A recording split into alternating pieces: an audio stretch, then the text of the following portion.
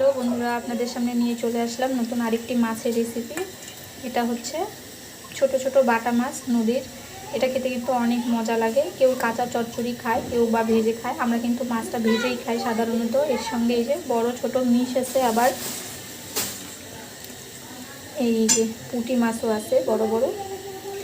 এই মাছের রেসিপি করে দেখাবো। অবশ্যই আমার রেসিপি অনুসরণ করে রান্না করবেন, অনেক অনেক অনেক মজা হবে। চলুন দেখতে থাকুন। আমি প্রথমে মাছগুলো কড়া কড়া করে ভেজে নেব। মাছগুলো ভাজা সুন্দর করে কমপ্লিট। আমি ওই তেলে এখানে কেটে রেখেছি আলু আর টমেটো আস্তে আস্তে করে দিয়ে দেবো।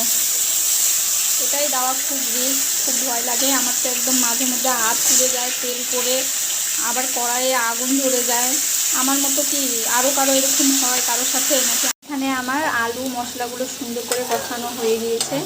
এই রান্নার মাঝেও একটা টুইস্ট আছে, সেটা হচ্ছে আমি এই চুলায় রান্না করছি মাছের তরকারি, আর আমার বর এই চুলায় বানাচ্ছে এই যে আলু ভাজি।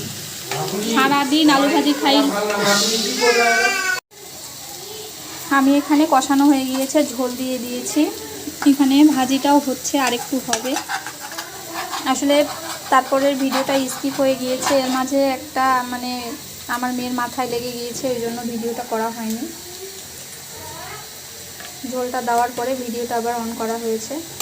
এখন ফুটে গেলে মাছগুলো দিয়ে দিব। ঝোলটা সুন্দর করে ফুটে উঠেছে। এখন আমি এর মাঝে মাছগুলো দিয়ে দিব।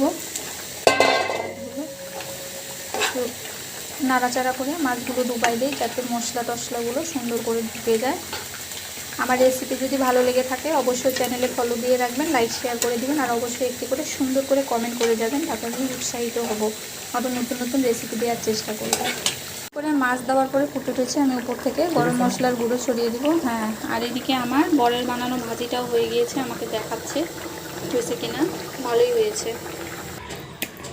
তৈরি হয়ে গেল আমার বাটা মাছের সুন্দর রেসিপি। ভালো লাগলে অবশ্যই ফলো দিয়ে রাখবেন, আর অবশ্যই লাইক শেয়ার করে দেবেন। ধন্যবাদ সবাইকে দেখার জন্য।